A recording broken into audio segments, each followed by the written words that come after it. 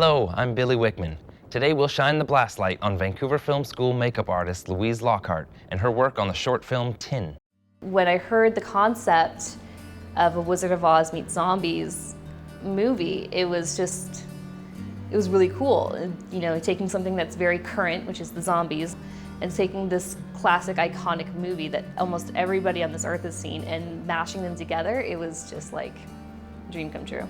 I had the good fortune of designing and creating the Tin Man, which our whole film was centered around. It was a lot of fun to do, and it was kind of nerve-wracking at the same time, because if you mess up the title character, then the whole feel of the production kind of takes a downward turn. With so many versions of Oz out in the world already, coming up with a fresh and unique makeup design for Tin wasn't easy. Louise worked on a number of different concepts before finally finding the one the producing team all agreed on.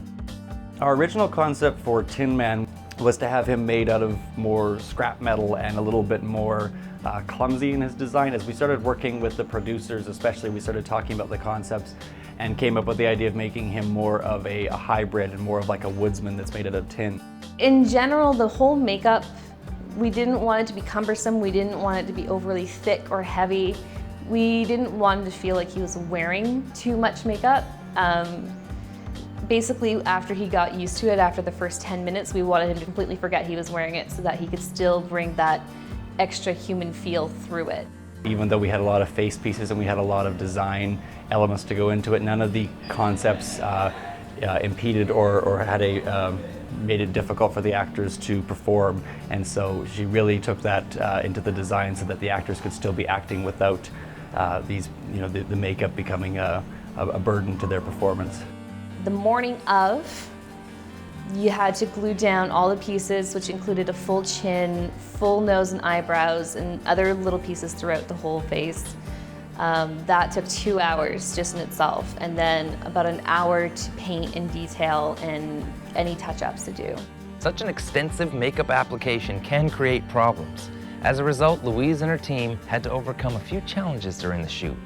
You know, we're shooting in a small environment with a lot of people in there, and it was getting very hot. My actors started to sweat a little bit, and unfortunately the glue that I had used to hold the makeup, the prosthetics in place, fell apart. So we had some of the makeup pieces would be kind of falling off as the actors were getting into the scene, and the heat would loosen some of them up. That was the very first shot of the day. We hadn't even been on set for an hour yet, and already his prosthetics were falling off, and I freaked out for about 5 seconds before I came up with a solution. We just kept having to take the actors off the set and let them cool down until we called action to bring them back in, and sort of the nature of it. It was pretty much completely unnoticeable on screen, which makes me so happy that that happened that way it did. One of the most rewarding parts of any creative endeavor is to see the end product at work. Louise and team certainly put a lot of blood, sweat, and silver paint into this project. I'm incredibly happy with the film. I think the film and the makeup were both a big success. I think all the collaboration and a huge part of that was makeup really made it a really good piece. Once the makeup was completed and he was in costume and he was on set and you saw everything, and that first look into the monitor, that was just, for me, it was it. That was the best feeling. She has what you desire inside of her. I hope you enjoyed this episode of The Blast Light. I'm Billy Wickman.